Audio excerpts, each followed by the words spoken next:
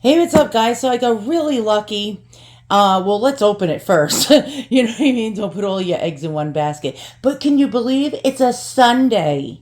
A Sunday, and my eBay purchase was just delivered. All right, let's get it open in fast motion and we'll inspect it.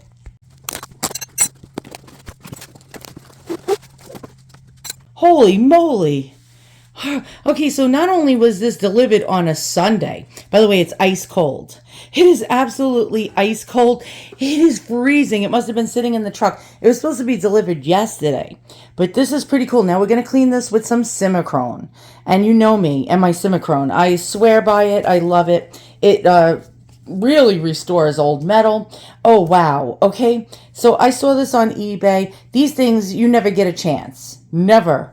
The minute these things are listed correctly, you never get a chance of seeing it for under between $1,900 to between $600 and $1,900. And I cannot believe this. I got this for $100. And okay, so we had the Stations of the Cross. It's a depiction of Jesus's crucifixion, and so you see, oops, sorry. Part 1, part 2, part 3, all the way. Okay, so we got 3, 6, 9, 12. Wait, how many of these? 1, 2, 3, 4, 5, 6, 7, 8, 9, 10, 11, 12, 13, 14. Okay, I'm not very, as you can tell, I'm not very well versed in religion, but I'm getting like interested in collecting the artifacts of religion. So what we have here is an ebonized, this is ebony wood, with nickel plated chrome. And look at this. This is the coolest thing ever. Okay, so this is a relic. Wow, is that a real ruby? I don't know. But this is a reliquary. And what is a reliquary? It's something that holds a holy relic. And these type of things are quite expensive. Now we have Jesus in the center. I'm going to simichrome this and clean this up. But we have some saints. And let's check out the saints. These are, okay. How do I explain this for those of you who don't collect? Okay, there are relics, holy relics, especially in Christianity with Catholicism. And Catholics like to collect, like what a lot of people may say, oh, you're worshiping idols. That's not it. Even though you have the bones of a saint or the cloak of a saint or a tooth of a saint or the dust from the catacombs in the Vatican, it's not that we're worshiping that. We're not worshiping the saints that are in the moonstance. That's a moonstance. It's like a little glass little thing here. Where actually it reminds us of Jesus. It brings us closer to Jesus. And so that's how that works. Okay, so who are these saints? And what about these relics? Okay, there's first class, second class, and third class. Now, if you're collecting, you want first class. Well, who doesn't want first class, right? When you get on a plane, you want first class. Okay, first class is of the saint. It could be a tooth, a bone, a finger bone, a toenail. Yeah, I'm not kidding you. A piece of the hair, stuff like that. The second class is a piece of the robe that was cut from the saint who died or the martyr.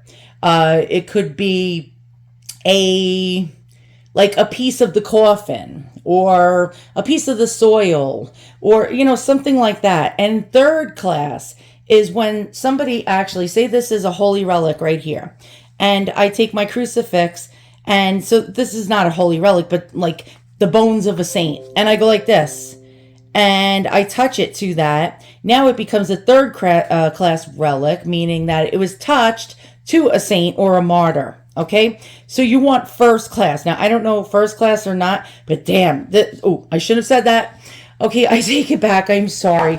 I'm not trying to be edgy or anything, but this is heavy. This is really heavy. Let's check out the back. And right here on the back, now a lot of times these will have a wax seal from the Vatican. That's very important if you're collecting first class relics. You want to see a wax seal from the Vatican. Now, I've seen these before, and they're usually under. So it would be under the picture of Jesus, which I am not going to pull out. Wait, let's get a focus. Which I'm not going to pull out and destroy. And so this is a spot, I believe you would kiss. You would kiss the cross. Yes, you're supposed to kiss the cross. You are supposed to kiss the cross. So we have the Sacred Heart of Jesus. Why can't we get a focus? Focus on Jesus here. Okay, the Sacred Heart of Jesus. And this is an uncolored photo, or like lithograph. Of course, there's no real photo of Jesus, but it's an uncolored one.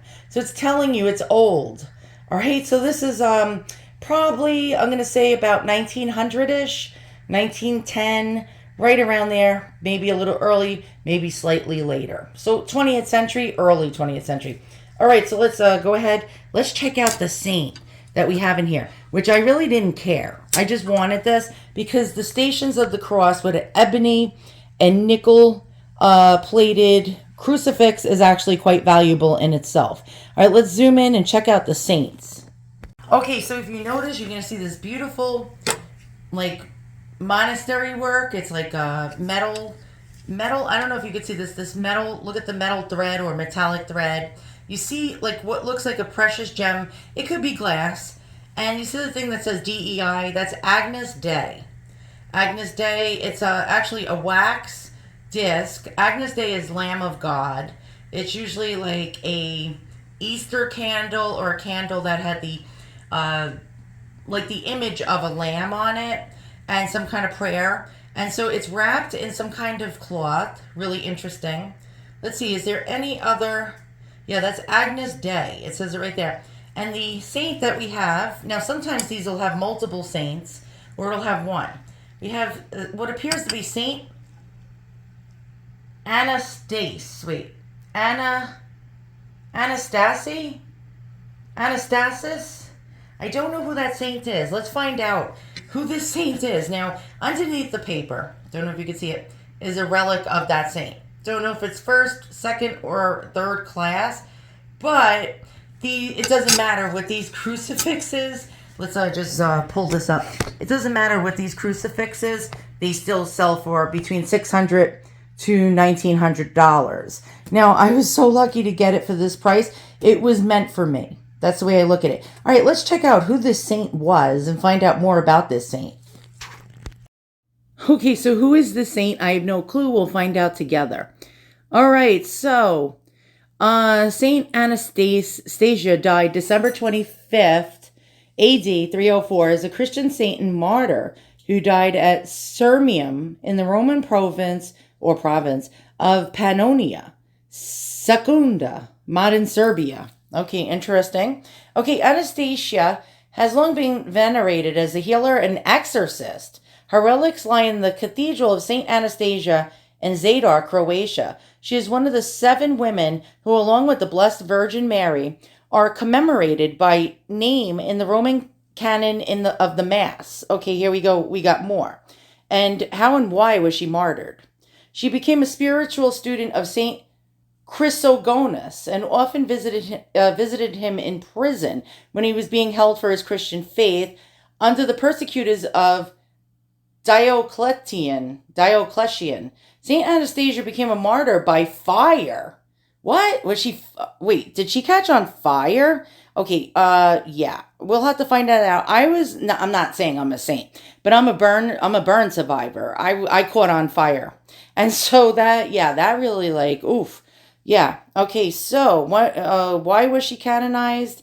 St. Anastasia became the patron saint of martyrs because of the manner of her death. She was martyred for her faith in Jesus Christ during the persecution of the Christians by the Roman Emperor Diocletian. Okay, so we know he's not a good guy. And Anastasia is a martyr of the 4th century of Roman descent, instructed in the principles of Christianity by Chrysogonus. Her father, being a pagan, gave her in marriage to a man of his own faith named Publius, who informed against her as a Christian. So he tattletaled. He was a tattletaler. Why is she so important? Okay. Anastasia's supposed escape and possible survival was one of her most popular historical mysteries of the 20th century, provoking many books and films. At least 10 women claimed to be her, offering varying stories. Wait a minute. What is that? Oh, Anastasia. That's the Tsarist Russia. That's that's totally nothing to do with that. Okay. Is there a Catholic Saint Anastasia? Saint Anastasia was inserted into the Roman canon of the Mass toward the end of the 5th century, which reveals to us her esteemed position even among the other saints publicly venerated in Rome in those days. Let's see. Which saint was stabbed in the head? Ooh, St. Peter. Oh my God. Okay, not cool. Let's find out more. Let's see. Oh, St. Anastasia. Miracles. We need to know miracles. Okay, through her intercessions and prayers, she healed many from the effects of potions, poisons, spells, and other harmful substances. This is how she received the honor of the deliverer of potions. Her deeds and miracles spread throughout the areas, and her fame brought about her arrest, and persecution. Oof. Okay. Who did Anastasia love? No. What mental ill? Oh, that has nothing to do with this Anastasia. And, let's keep going. Which saint killed the devil? I think St. Michael? Yes, I was correct. If you guessed that correct, you were correct also. I'm not being an idiot right now. I'm sorry. I have anxiety, so I talk a lot. Which saint killed all the snakes? Was that St. Patrick? St. Patrick, if you correctly guessed that, you win also. Okay, what do we win? I don't know, boys and girls. What's behind door number 3? Okay, which saint killed all the dragons? I think St. George. St. George, if you correctly identified that saint, you win too. What's in the Jack box? Okay, let's keep going. St. Anastasia, patron saint of martyrs. Oh, no, I'm not going to help you. I'm sorry. I spent all my money on the crucifix. Okay, there we go. Let's find out. Patron of the people suffering from poison, martyrs, weavers, and let's keep going. She's known as Anastasia, blah, blah, blah, one of the 7 women who is commemorated in the canon of the Mass. She was baptized as an infant and secretly raised with Christian values. Following the death of her mother, Anastasia's father gave her in marriage to the pagan Publius, but she preserved her virginity. Good on you. The heck with that guy. During the persecutions, maybe that's why he was so mad, right? He had to snitch on her, right? During the persecutions of the Diocletian, Anastasia visited the prisons and cared for the confessors of faith. She would feed, doctor, and ransomed suffering captives. Anastasia's servant informed Publius, and he locked her up and beat her. What a jerk. Anastasia began secretly corresponding with her advisor, St. Chrysogonus, who had gone to Aquileia. He told her to be brave, be patient, and accept the Lord's will. After the death of her husband, oh good, we don't need him. While he was on embassy to Persia, which is Iran, Anastasia distributed her property to those less fortunate and suffering. What a nice lady. She then set off to follow Chrysogonius to Aquileia. Chrysogonius was personally interrogated by the Diocletian, but he never renounced his faith. Chrysogonus was ordered to be beheaded and thrown into the sea. Oh no. Okay, after the death, Chrysogonus appeared to Zolius, a presbyter, who found his relics and foretold the martyrdoms of Saint Agape. Agape means love in Greece, by the way. I had a Greek boyfriend once. Okay, there we go. Agape, Chione, and Irene. He asked Zolius to send Anastasia to the 3 sisters as encouragement. 9 days later, Anastasia visited the sisters just before they were tortured. After they were martyred, Anastasia buried them. Anastasia spent her time traveling from city to city, caring for Christian prisoners. She healed their wounds and relieved their pain. She was given the title deliverer from potions because she would often heal many from the effects of poisons and potions. Anastasia was arrested and taken to the prefect of the district for being Christian. He tried to persuade her to deny her faith and threatened her with torture. Anastasia could not be swayed, so she was given the pagan priest. What does that say? Ulpian in Rome. He presented her with the choice between riches or suffering. Luxuries or torture devices. Which do you choose? She chose torture. Okay. He gave her 3 days to reconsider, enamored by her beauty. What's his name? Ulpian decided he would defile her purity. Ugh, what a jerk. However, once he went to touch her, he was struck blind, and his head burst into extreme pain. On his way to his pagan temple, he fell and died. Oh my God, this is fantastic. Saint Anastasia, now free, set out to care for imprisoned Christians along with Theodota, a pious young widow, and her faithful helper. After Theodota was martyred, Anastasia was caught once again. Boy, oh boy, she can't catch a break. She was ordered death by starvation and was starved for 60 days. But Anastasia was not harmed. It was said the martyred Theodota visited her and fed her during this time. The judge decided the prisoners, including Anastasia and Eudicianus, would be killed by drowning. They all entered a boat with holes in the base, but Saint Theodota appeared to them and steered the boat to shore. Once they had landed, Anastasia and Eudicianus baptized 120 men. Following yet another escape, Anastasia was taken to the island of Palmaria. She was staked to the ground with her arms and legs stretched, and burned alive. Well, oh my God, that must have been the most agonizing pain ever. As a former burn survivor, where I spent over 30 days in intensive care with multiple skin graft surgeries and life-saving surgeries, including almost losing all my blood during one of the surgeries where they had to give me my last rites on the operating table and give me blood. That really hits home. Yeah, thank you to all you blood donators out there. You saved my life. Okay? She was burned alive.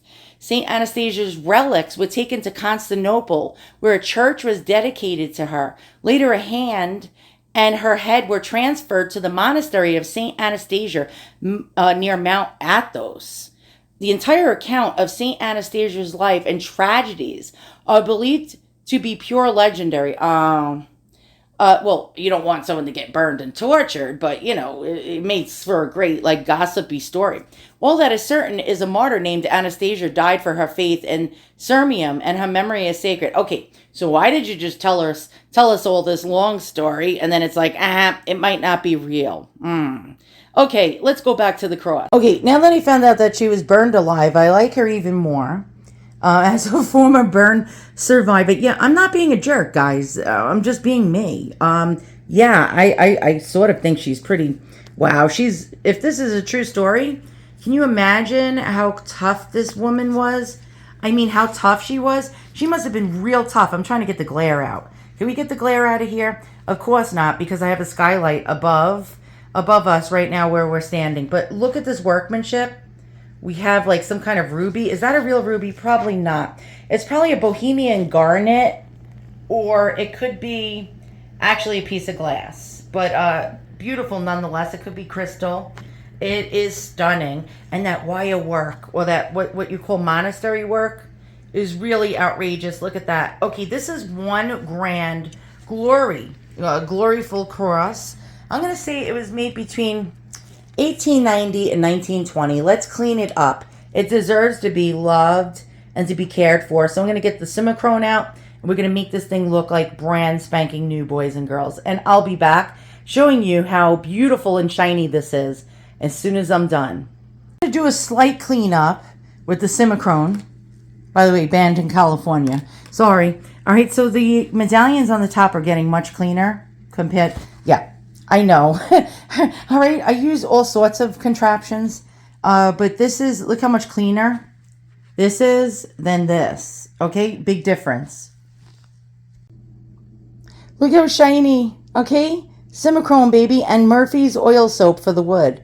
And it's looking really good. Actually, let's place it down on this. And wow. Okay, wow. Let's see what some other ones look like. With these relics in them. Let's try to find the different ones that you can actually find. Some of them are actually, I found a few in the $395 to $400 and something price range, but they're the smaller ones. They're the ones that are half the size as this one. But this one is really a great score. Now, when I look at this stuff, I don't look at it as value. because it's religious. It's actually a sin in the Catholic Church to sell relics. So hold on one second. So if you're say a flipper on eBay and you're Catholic, or like, well, I don't know about any other religion like Presbyterian or Lutheran, because they don't believe in holy icons and relics. But if you are a Catholic, know this, that you're not supposed to list this to sell on eBay. So if you list this to sell on eBay, it's a mortal sin. It's frowned upon if you buy it as well, but it's really not a mortal sin. But if you're selling this on eBay, you need to give it away for free. And I'm not kidding you. It's a known thing to give away these things for free. You need to give them away for free. Otherwise, it's a sin. It's a mortal sin, actually. And for example, a lot of people will list this on eBay. There's a little loophole, if you know what I mean. But come on, we all know, that it's sort of like shady AF, if you know what I mean. So a lot of people will be like, I'm giving this cross for you're paying for the cross, but you're getting the relic for free. And that's how they get around it. And I think it's sort of really creepy. There's some actual sellers on eBay that deal in nothing but Catholic stuff. They even have a brick and mortar shop that's a Catholic, devotional and religious store that's, furnishes the churches even. And they say, if you buy this cross, you're going to get the relic for free. The relics are, it's a little, it's not good. So if you need to, if you really, really, really care about your faith and you find this in a thrift store, do not sell this on eBay. Give it away for free. Give it to a church. Give it to a needy person. Give it to someone who will love it more than you will for free. It's really a sin to sell this stuff, relics. You can buy a crucifix, but if you're buying relics, the Catholic Church really frowns upon it. As a matter of fact, if you took this to your priest and you asked him to bless it, and he said to you, hey, where did you get it from? And if you said, I bought this on eBay, do you know he's not going to be too happy with you. You're going to have to end up in the confessional booth. And he may have to tell you to do 600 Hail Marys, or he may not actually even like it. And he may say to you, you need to actually donate this to the church or a Catholic church. You need to donate this so everybody can enjoy this, because it's considered sort of greedy, to hoard these relics yourself. I am not a devout Catholic, although I'm getting into it lately. I was brought up, my mother was Catholic, Italian Catholic. My dad, no, I don't think you could say he was an atheist, but he was like, yeah, there's somebody up there, maybe, possibly, that type of deal. Agnostic, I think they call that. But yeah, you shouldn't be selling this stuff. And all the people that do, they sell these things for $1,000, $2,000, $1,500, $695, and they're Catholics, and it's not good. You see, I wasn't kidding when I told you about the prices of these. And so this particular one doesn't have the Stations of the Cross. It has one actual, it has actually one relic inside of it. It's really dirty and gnarly, but somebody's selling it for $1,995. And this one is vintage. It's got the wax seal from the Vatican. It is dated 1953. This one's a later one than mine. And remember we saw the picture of Jesus in that little circle? Well, underneath the picture of Jesus would be the wax seal of the Vatican, actually stating that this is actually the real deal. And I'm not going to rip it out of mine because I don't want to do that. Because, I don't know, it's, I just don't want to mess with the cross. But $1,095. $1,995. That's $2,000. $2,000. Here is yet another one, and this is a Catholic person. Leo the Great was a pope who sells nothing but Christian stuff. $2,800. Now, the Catholic Church would be very pissed at this person if they saw that they were selling this. This is not cool. This has the Emperor Constantine, actually Saint Helena, who was the Emperor Constantine's mother. In here, it's a relic, and yes, he took the Jesus off of there to show you the relic. It does pop out. These little moon stances pop out. And as you can see, he took it out, And it does have official documents, which is actually quite cool. You don't really generally see official documents. Now, let's see if he says he's giving something away in the description below. And it says, no, he's not even saying that. A lot of sellers will say, you know, cross is blah, blah, blah, but the holy relic is free. Interesting. We have one that's on sale. It was $745 down to $633.13 for 15% off for a limited time. And we have a almost identical cross to mine with different saints inside of it.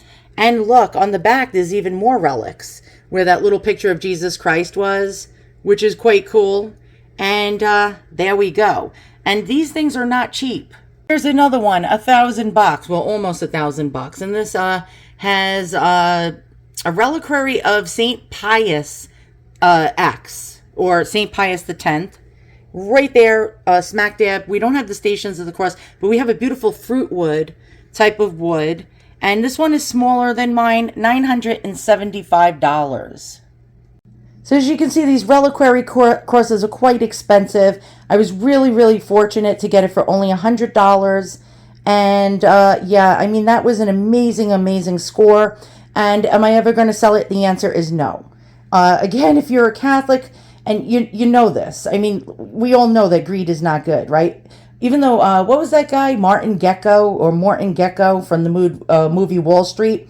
He's like, greed is good. You know, that Wall Street dude? Yeah, greed is not good. If you believe in anything up above, it's going to send you to hell. And you don't want to go to hell. And I'm not trying to scare you.